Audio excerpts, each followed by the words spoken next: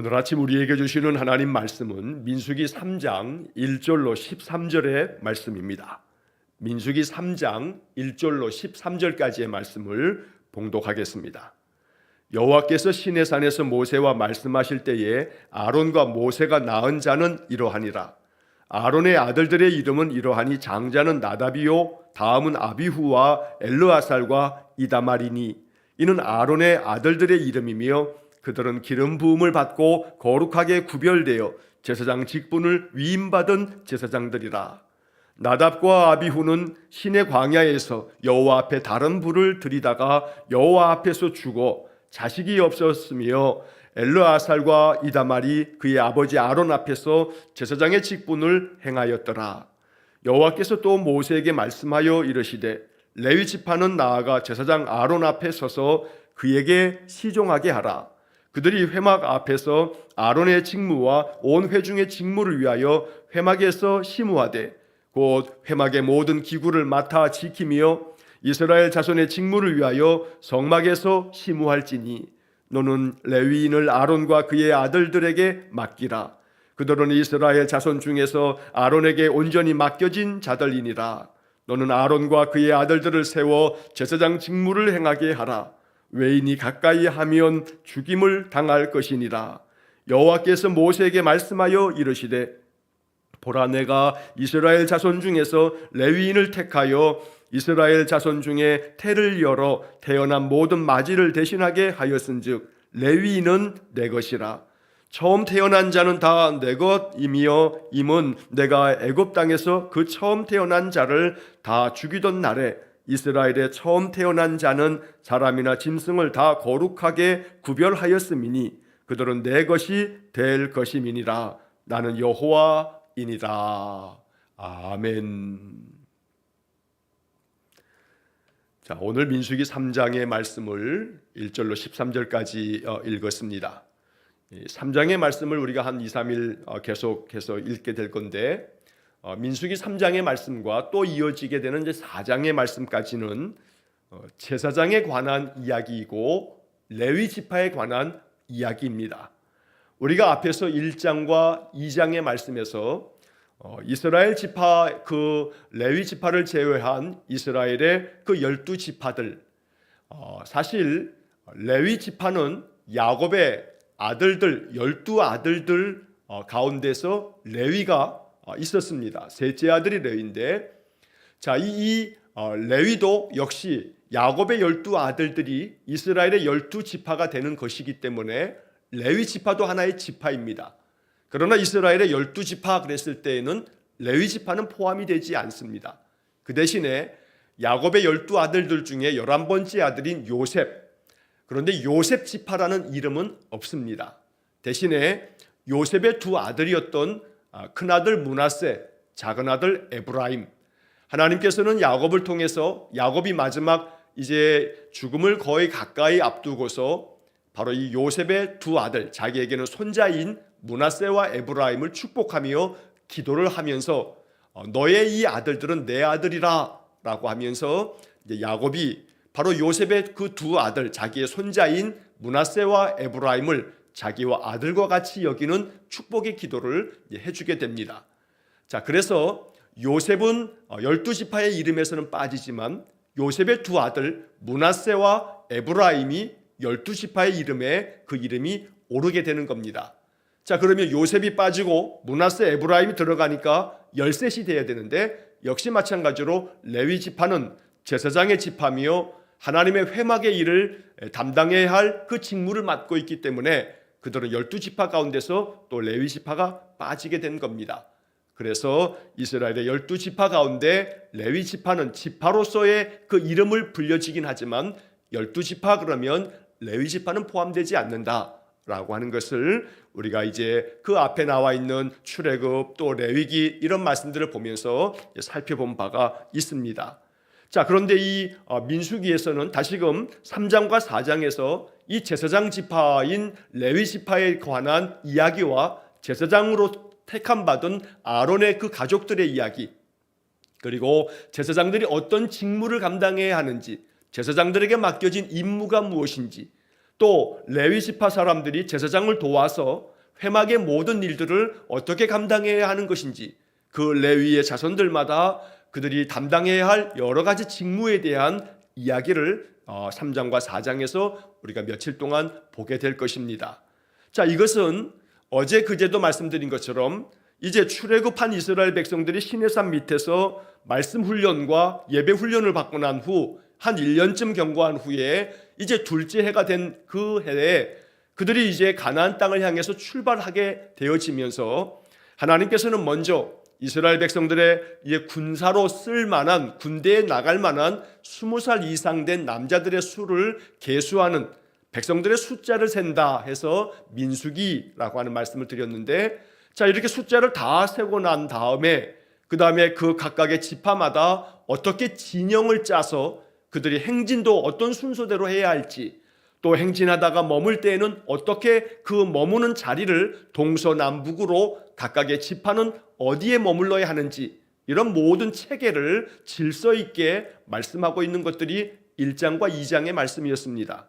제가 이미 앞에서도 말씀드린 것처럼 그래서 민수기는 어떤 측면에서는 이스라엘에게 있어서 군법과 같은 것이다. 이스라엘의 백성들을 그저 400년 동안 애굽에서 종살이했던 그 노예 생활만 했던 그 종들을 이제 하나님의 거룩한 백성으로서, 또 하나님 나라의 군대로서 가나안 땅에 들어가서도 그 모든 이방의 참으로 우상만 섬기는 죄악 가득한 그들과 싸움을 벌여서 승리해야 할 하나님의 영적 군사들로서 그 군사들을 훈련시키는 과정이 바로 민수기의 말씀이라고도 볼 수 있는 거기 때문에 민수기를 군법이다라고 이렇게 이해하는 것입니다.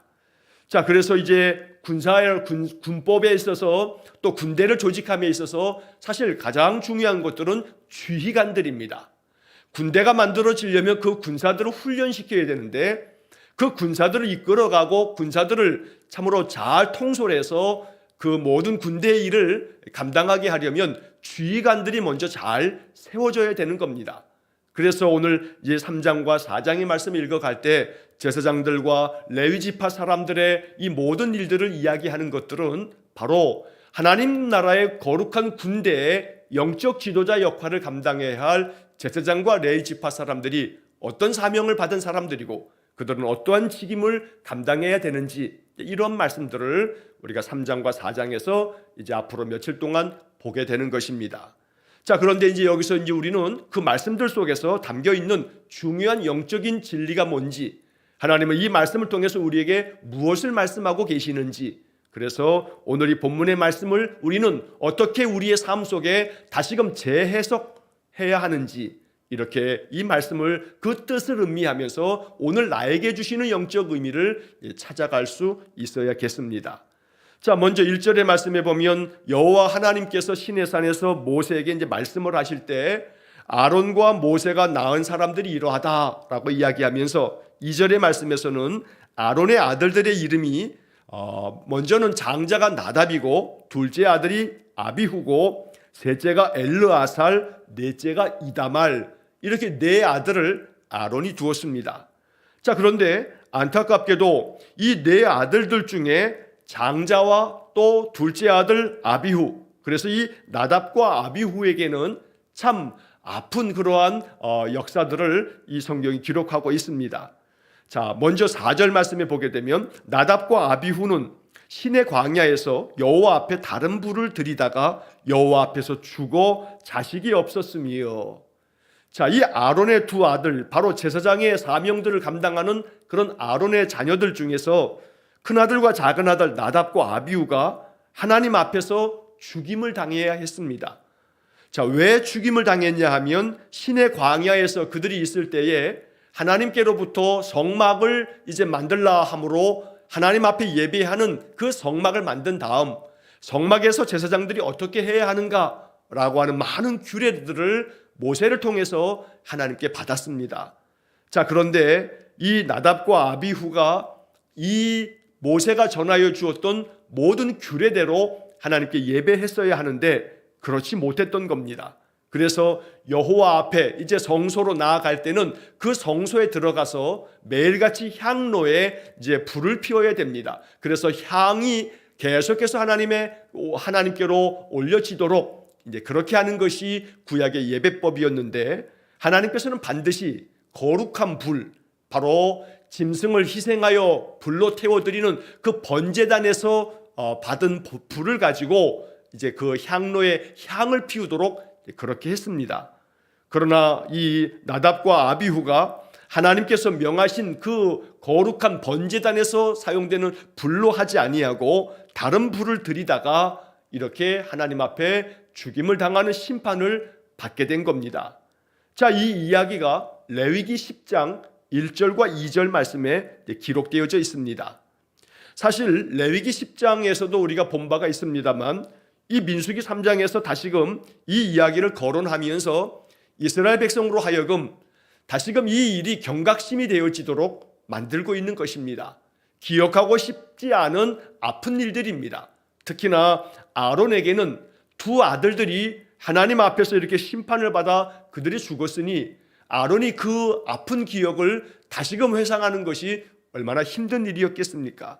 그럼에도 불구하고 레위기 10장에도 기록되어 있고, 또 민수기 3장 오늘 본문의 말씀 4절에도 또 한 번 기록되어 있고, 자, 기억하고 싶지 않은 이 상처가 되는 이 이야기를 왜 또다시 꺼내는 것인가? 그것은 다름 아닌 이스라엘 백성들을 교육하고 훈련시키기 위해서였던 겁니다. 다름 아닌 하나님 앞에서의 순종, 하나님 앞에서의 참된 순종만이 하나님의 군대가 취해야 할 가장 중요한 덕목이다 라고 하는 것을 가르치기 위해서입니다. 군대에 있어서 가장 중요한 것은 명령에 대한 순종입니다. 명령에 불복종하게 되면 군대에서는 군법에 의해서 아주 매우 강력하게 처벌을 하게 되어 있습니다.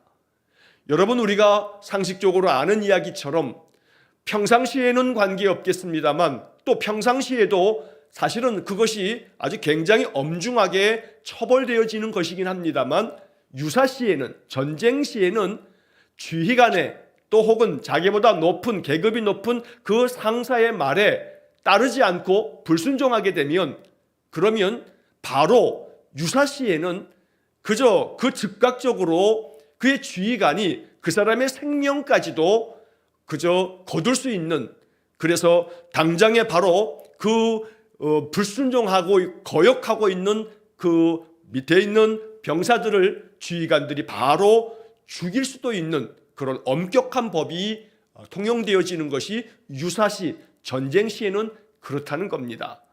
자, 그런 점에서 이제 이스라엘 백성들에게 민수기는 계속해서 반복하여 말씀드립니다만 이것은 군법입니다. 그래서 이들을 40년 동안 광야 생활 중에 아주 견고한 여호와의 군대로 만들어야만 가나안 땅에 들어가서 가나안의 그 이방의 족속들, 죄와 악이 가득한 족속들과 싸워서 그들로부터 승리할 수 있도록 만들려면 이스라엘 백성들을 더 강하고 담대한 군사로 만들어야 하는 겁니다. 가정들마다 아들들이 군대에 가게 되면, 훈련소를 다녀오게 되면 이 아들들이 변화가 됩니다. 아주 훈련소에서 혹독하게 훈련을 받고 나면 그러면 늠름한 대한민국의 군인이 되어집니다. 군인으로 만들어지는 과정 속에서의 훈련은 아주 불가피한 것입니다. 그리고 그 훈련은 매우 엄격합니다. 오늘 이 본문의 이야기에서 나답과 아비후가 이렇게 하나님 앞에서 불순종함으로 말미암아 하나님께서 드리라고 하는 번제단에서 취한 불로 향을 피워서 하나님께 예배해야 하는데, 그렇게 하지 않음으로 말미암아 바로 즉결로 하나님 앞에서 심판을 받은 이야기는 이스라엘 백성들에게 바로 얼마나 이것이 충격은 되었겠지만, 이것이 엄중하게 그들이 이제 직면하면서 영적으로 무장되고 또한 하나님 앞에서 순종하며 하나님 말씀으로 무장되어서 그 뜻에 따르는 그런 하나님의 거룩한 백성이 될 때 그들에게 가나안 땅이, 가나안에서의 승리가 보장된다는 것을 이제 후대에서도 계속해서 민수기를 읽으면서 그들이 마음 가운데 하나님 앞에서의 순종, 이것이 우리를 더욱더 강하게 만들고 우리를 더욱더 훈련시키는 것이고, 이로 인해서 하나님의 그 주시는 승리가 우리에게 보장된다 라고 하는 것을 깨닫게 되는 것입니다. 자, 3절의 말씀을 잠깐 보시게 되면 그 3절에서는 이는 아론의 아들들의 이름이며 그들은 기름 부음을 받고 거룩하게 구별되어 제사장 직분을 위임받은 제사장들이라. 이렇게 하나님께 기름 부음 받고 거룩하게 구별되고 제사장 직분을 위임받은 그런 제사장들인데, 이 나답과 아비후는 그 제사장으로서 위임받은 거룩함에 그 구별된 대로 하나님의 뜻을 따르지 않았기 때문에 이러한 징계를 받았다는 이야기를 덧붙인 것입니다. 우리는 이 3절 말씀에서 이것이 나의 이야기이다 라고 이렇게 고백하며 이 말씀을 받아야 합니다. 여기서 그들은 기름 부음을 받고 했습니다. 여기서 그들은 그 바로 앞에 있는 아론의 네 아들들을 말하는 겁니다. 그러나 본문 속에서는 이 아론의 네 아들들이 기름 부음을 받았다, 거룩하게 구별되었고 제사장 직분을 위임받았다라고 말씀하고 있는 것이지만, 이 말씀은 우리에게 주시는 말씀이고 나에게 주시는 말씀이다라고 하는 것입니다. 그렇기 때문에 이 말씀에서 기름 부음을 받은 것은 아론의 아들들이라고 이 민수기는 얘기하고 있는 것이지만, 하나님이 나에게 기름 부으심을 허락하셨다라고 이렇게 믿음 안에서 고백할 수 있는 성도가 되어야 합니다. 하나님이 나에게 기름을 부으셨다는 것은 나에게 성령을 부어주셔서 성령 하나님이 내게 임하셨다는 것을 말합니다. 요한일서의 말씀을 우리가 지난 연말에 묵상을 했습니다. 자, 요한일서를 묵상할 때 요한일서 2장 20절 말씀에 보면 너희는 거룩하신 자에게서 기름 부음을 받고 모든 것을 아느니라 라고 하는 그런 말씀을 읽은 바 있습니다. 자, 이 요한일서 2장 20절의 말씀처럼 너희는 바로 성도들을 말합니다. 자, 너희들은 거룩하신 자에게서 바로 하나님에게서 기름 부음을 받고 모든 것을 아는 그러한 성도 아니냐라고 사도 요한은 초대교회 성도들에게 말했던 겁니다. 자, 요한일서 2장 이어지는 27절 말씀에서도 너희는 주께 받은 바 기름 부음이 너희 안에 거하나니 라고 이렇게 말씀을 하였습니다. 그래서 성도들은 우리 주님께로부터 기름 부음을 받았습니다. 바로 그 기름 부음을 받아서 기름 부음이 너희 안에 거한다. 이 요한일서 2장 27절 말씀에 의하면 바로 성령을 기름 부어 주신다라고 하는 사도행전의 말씀들처럼 바로 우리 안에 성령이 임하심으로 우리가 예수를 구주로 고백하고 우리의 마음에 하나님 주시는 거룩한 마음으로 한날 한날을 믿음 안에서 말씀 속에서 살아가고 있는 것입니다. 또한 동시에 이 제사장 직분이라고 하는 것은 우리가 너무나 잘 알고 있는, 제가 많이 말씀드렸던 베드로전서 2장 9절 너희는 택하신 족속이요 왕같은 제사장이요 거룩한 나라요 그의 소유된 백성이니. 바로 사도 베드로도 모든 성도들에게 너희는 하나님께로부터 택하신 족속이고 왕같은 제사장이다 라고 이렇게 말씀하였던 겁니다. 우리 모든 성도들은 하나님께서 성령으로 기름 부으신 하나님 앞에서 왕같은 제사장으로 택함 받은 사람들입니다. 이것을 잊지 말아야 합니다. 그래서 우리를 거룩하게 구별하시면서 날마다 우리에게 귀한 직분과 사명을 우리에게 허락해 주시는 것입니다. 자, 4절 마지막 부분에 보면 엘르아살과 이다말이 그의 아버지 아론 앞에서 제사장의 직분을 행하였더라. 나답과 아비후가 징계를 받아 심판을 받았지만 그런 나머지 두 아들은 자신들에게 주어진 제사장의 직분을 행하였다. 바로 이 말씀 앞에서 날마다 하나님의 뜻을 거스르지 아니하고 하나님의 말씀 앞에서 늘 순종하기를 힘쓰고, 내가 순종하지 못한 일이 생각나거든 내가 순종하지 못한 것들이 있었을 것이기에 하나님 앞에 늘 회개하면서 날마다 말씀 안에 거함으로 순종의 길을 한 걸음 한 걸음 나아갈 수 있는, 우리에게 맡겨진 직분 잘 감당할 수 있는 그런 거룩한 성도가 되기를 간절히 축원합니다. 자, 그 다음 이어지는 5절서부터 이하의 말씀에서는 하나님께서 모세에게 또다시 말씀하면서, 자, 이 레위 지파는 제사장으로 선택받은 아론들을 도와서 아론과 그 아들들 앞에서 그들을 시종하게 하라. 자, 여기 이 6절 말씀에 그에게 시종하게 하라는 것은 그들을 도우라 라고 하는 그런 뜻입니다. 자, 그래서 레위 지파는 제사장인 아론과 그의 아들들, 바로 그 제사장들이 하나님의 회막에서 그 하나님께 예배하는 모든 일들을 감당할 때 그들을 돕는 역할을 레위 사람들에게 허락해 주었던 겁니다. 자, 그래서 8절의 말씀에 보면 곧 회막의 모든 기구를 맡아 지키며 이스라엘 자손의 직무를 위하여 성막에서 심우할지니. 그래서 레위 지파 사람들은 제사장 아론의 그 자녀들, 그 제사장으로 택함 받은 그들을 도와서 하나님 앞에 회막에서 해야 할 모든 책임들을 그들이 맡아 감당했던 겁니다. 자, 9절과 10절의 말씀에서 이 레위인들이 아론과 그의 아들들에게 맡겨져서 제사장들이 그 모든 일들을 이 레위 사람들에게 또 맡겨서 그 레위인들은 회막에서 하나님 앞에 예배드리는 모든 성막의 기구들을 돌보고 그것들을 잘 간수하고 예배를 돕기 위한 필요한 모든 것들을 이제 제사장을 협력하는 협력자로서 그 사명을 받게 되었던 겁니다. 자, 여기 10절 말씀에 보면 너는 아론과 그의 아들들을 세워 제사장 직무를 행하게 하라. 외인이 가까이 하면 죽임을 당할 것이니라. 자, 이렇게 해서 제사장 직분은 아론과 그의 아들들에게 주어진 것임을 또 명확하게 말씀하고 있는 것이고, 또 동시에 이 외인이 가까이 하면 죽임을 당할 것이니라 라고 하는 것은 다른 사람들이 바로 성소에 가까이 하지 못하도록, 그래서 성소는 제사장들만 들어가게 됩니다. 여러분, 우리가 예전에 성막을 함께 공부했던 적이 있습니다. 그 성막은 뜰이 있고 그 뜰 안에 번제단과 물두멍이 있는데 그 뜰까지는 백성들이 들어갑니다. 제물들을 가지고 들어갑니다. 그러나 그 안에 이제 휘장 안으로 들어가면서 성소 안에 들어가면 성소 안에 진설병이 있고 또 등불이 있고 분향단이 있습니다. 이 성소 안에는 제사장들만 들어가게 됩니다. 매일 들어가서 그 불을 살피고 향을 피우고 일주일에 한 번씩 그 진설병 떡을 바꾸어서 하나님께 드리고, 그리고 바로 그 성소와 또 바로 그 휘장 또 안에는 지성소가 있는데 지성소는 대제사장만이 1년에 딱 한 번 들어갈 수가 있습니다.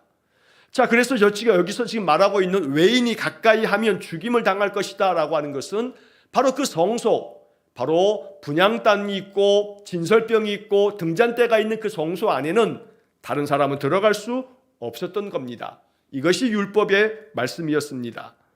자, 이러한 율법의 말씀들이 오늘날 우리 이 교회 시대가 되면서 지금은 많이 그렇지 않습니다만 아마도 여러분 그런 기억을 가지고 계신 분도 계실 겁니다. 그저 몇십 년 전까지만 하더라도, 제가 어렸을 때만 하더라도 교회에서 이 강대상 위는 아무나 올라올 수가 없었습니다.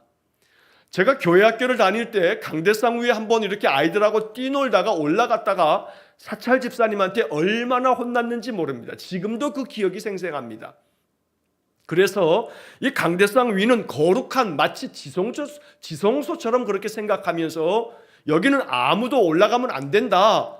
목사님과 또 기도하기 위해서 장로님이 올라가는 곳이다 라고 이렇게 가르쳤던 그런 시대가 있었습니다. 그래서 함부로 이 강단에 서는 것조차도 허락되지 않는 그런 시대가 있었던 겁니다. 왜냐하면 바로 이 10절의 말씀에 외인이 가까이 하면 죽임을 당할 것이니라 라고 하는 이런 말씀들을 그렇게 해석했던 겁니다.